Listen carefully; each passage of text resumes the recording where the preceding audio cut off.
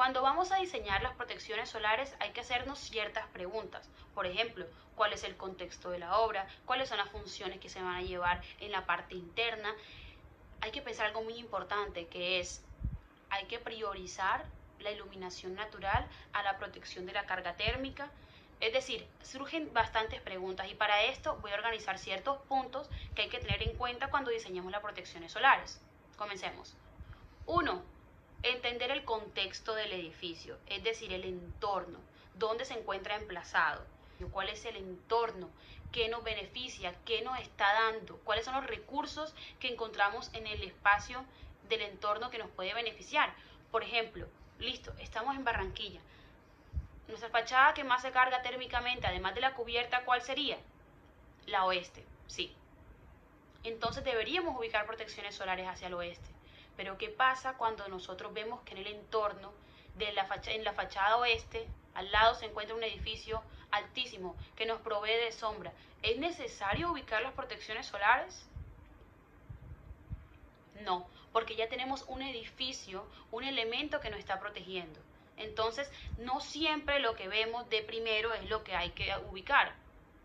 Hay que pensar también, otro tema, cuáles van a ser las necesidades de los espacios internos, cuáles espacios necesitan que se protejan de la radiación y cuáles no.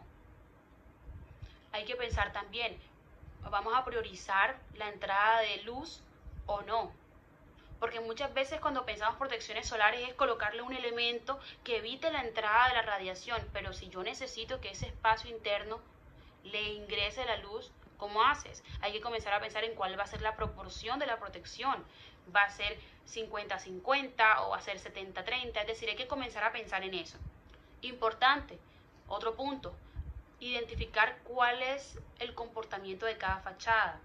Por ejemplo, cuál va a ser la incidencia o más bien, cómo la trayectoria solar va a afectar el ingreso de la radiación en ciertas fachadas. Sabemos que el ángulo en el que ingresa la radiación no va a ser el mismo, entonces hay que identificar las protecciones van a ser verticales, van a ser horizontales, van a ser inclinadas, es decir, eso hay que pensarlo también.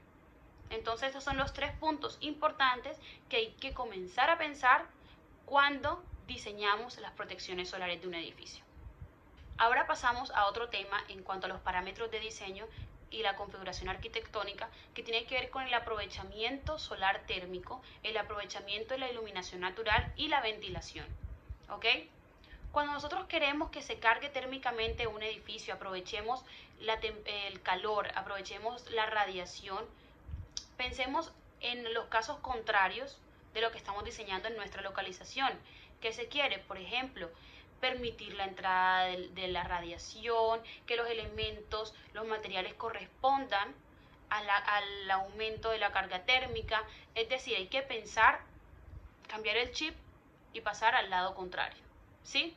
Por ejemplo, ¿qué querríamos hacer en el caso en que estuviésemos en un clima frío para que el edificio aproveche la radiación solar, se cargue térmicamente para proveer una estabilidad, un equilibrio en el confort térmico? ¿Qué tendríamos que hacer? Por ejemplo, si nosotros estamos en Barranquilla y necesitamos evitar la carga térmica, ¿qué hacemos?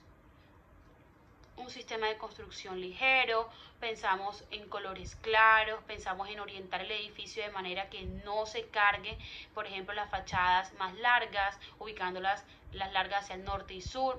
¿Qué habría que hacer en el caso en que estuviésemos en un clima frío y lo que queremos es obtener esa carga térmica?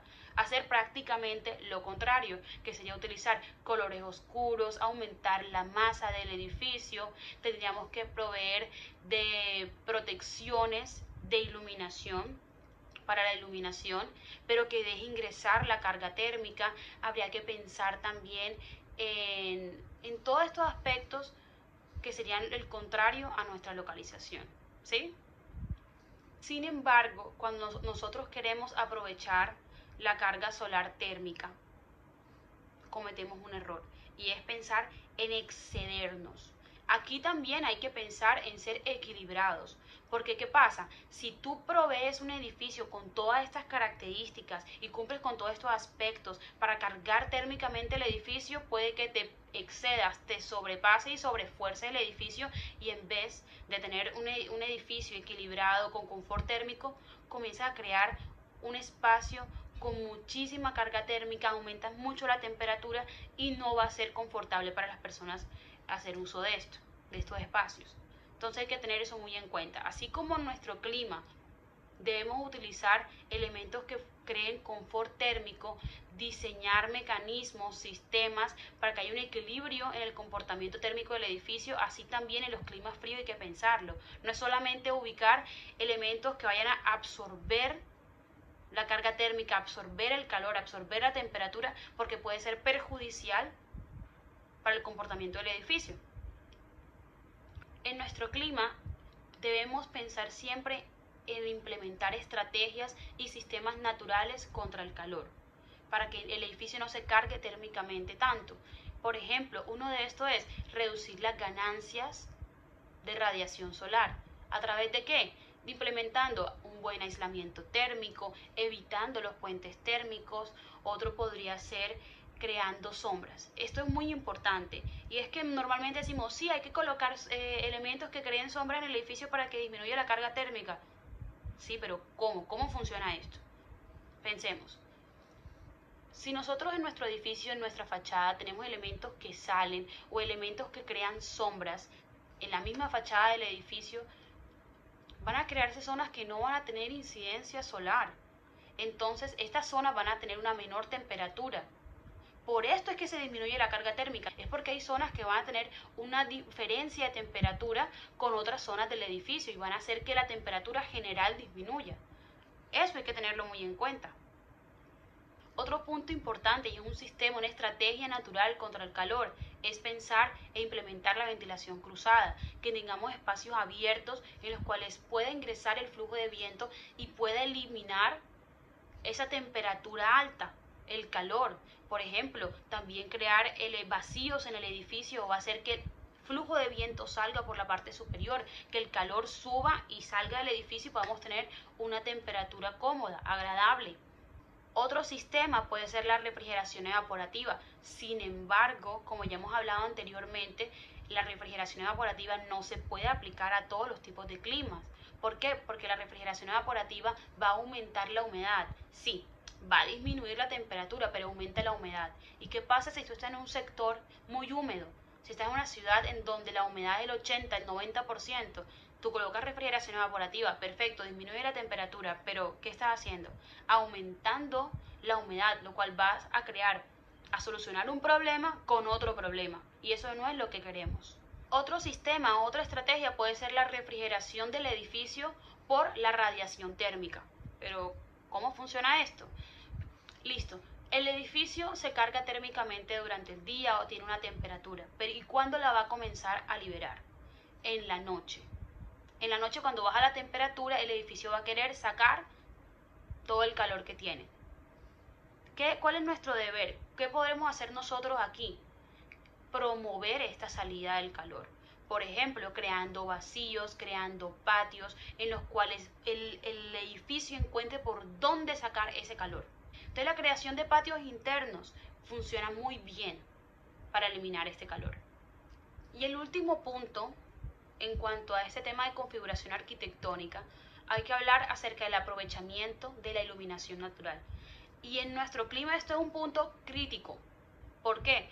Porque cuando nosotros dejamos ingresar la iluminación natural, la carga lumínica del sol, también estamos dejando ingresar la carga térmica. Y aquí es donde nosotros tenemos que jugar con las proporciones, jugar con las fachadas, pensar dónde sería mejor ubicar ciertas aberturas y dónde no, dónde dejamos transparencias y dónde no. Estas protecciones solares del edificio nos van a dejar que ingrese la luz también.